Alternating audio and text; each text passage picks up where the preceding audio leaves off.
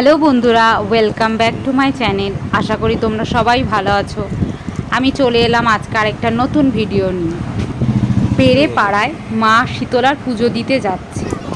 মন্দিরে পৌঁছে গেছি, গিয়ে দেখি ওমা এ কি লাইন, কি ভিড়! বাবা, প্রতি বছরই ভিড় হয়। তাড়াতাড়ি যাওয়ার চেষ্টা করেছিলাম, কিন্তু ঘুম থেকে উঠতে দেরি হয়ে যাওয়ায় তাড়াতাড়ি পৌঁছাতে পারলাম না।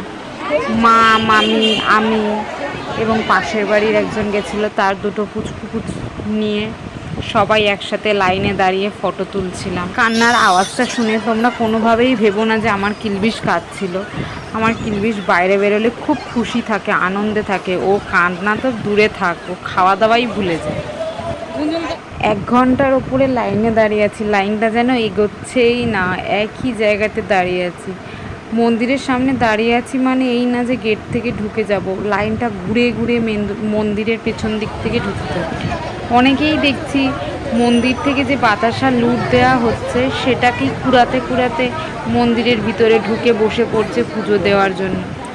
তাই এটা মন্দির কর্তৃপক্ষকে বলেছিলাম, ওনারা বললো ওনাদের মন্দির, ওনাদের যা ইচ্ছা করতে পারে।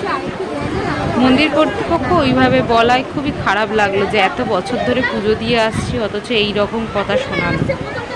ঠিক আছে, পরের বছর থেকে ঠাকুরকে দূর থেকে অন্য দিন এসে পুজো দিয়ে যাব, এই দিনে আর আসবো না। কিলবুর সাথে ওই পুচকিগুলো খেলছে, আর কিলবু মার সাথে কোলে উঠে বসে পড়েছে, আর পারছে না। কতক্ষণ এইভাবে দাঁড়িয়ে থাকবো লাইনে। মা ওকে নিয়ে বসে পড়লো।